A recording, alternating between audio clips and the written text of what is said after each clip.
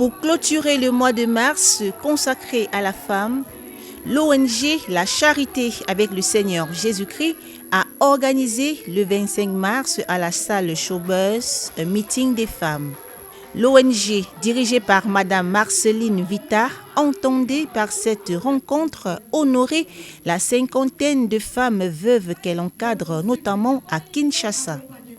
Principale oratrice, la révérende Annie Kalao, coordonnatrice du ministère Femmes Utiles. Abordant le thème du meeting, qui est la femme et qui elle n'est pas, la servante de Dieu a défini la femme comme une force tranquille créée à l'image et selon la ressemblance de Dieu. En tant que telle, la femme est capable d'exploits. Elle n'est pas un être faible comme certains le pensent. Pour reconnaître et encourager la promotrice de l'ONG La Charité, un diplôme d'honneur a été remis à Madame Marceline Vita par le ministère Femmes Utiles. Sa coordonnatrice motive le geste. Elle a fait preuve de beaucoup de choses. Cette femme qui a beaucoup travaillé, cette femme, elle a un cœur pour les autres et nous ne pouvons pas remercier les gens à leur absence. Et nous avons dit non, nous devons honorer cette femme en lui donnant un diplôme de mérite pour dire qu'elle mérite cela, elle a beaucoup fait, elle a beaucoup consenti pour les femmes et les orphelins.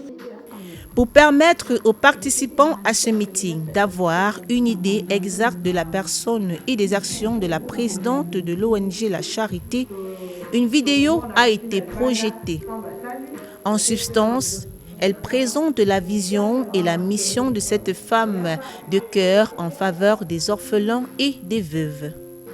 À l'occasion de ce meeting, la promotrice et son mari, vice-président de l'ONG, ont réitéré leur engagement et détermination à continuer leur apostolat commencé il y a 20 ans en faveur des défavorisés et autres démunis de la société congolaise à Kinshasa et dans d'autres villes de la RDC. Honneur aux femmes en cette fin du mois de mars, un échantillon des veuves encadrées par le couple Vita a été présenté dans le format d'un défilé.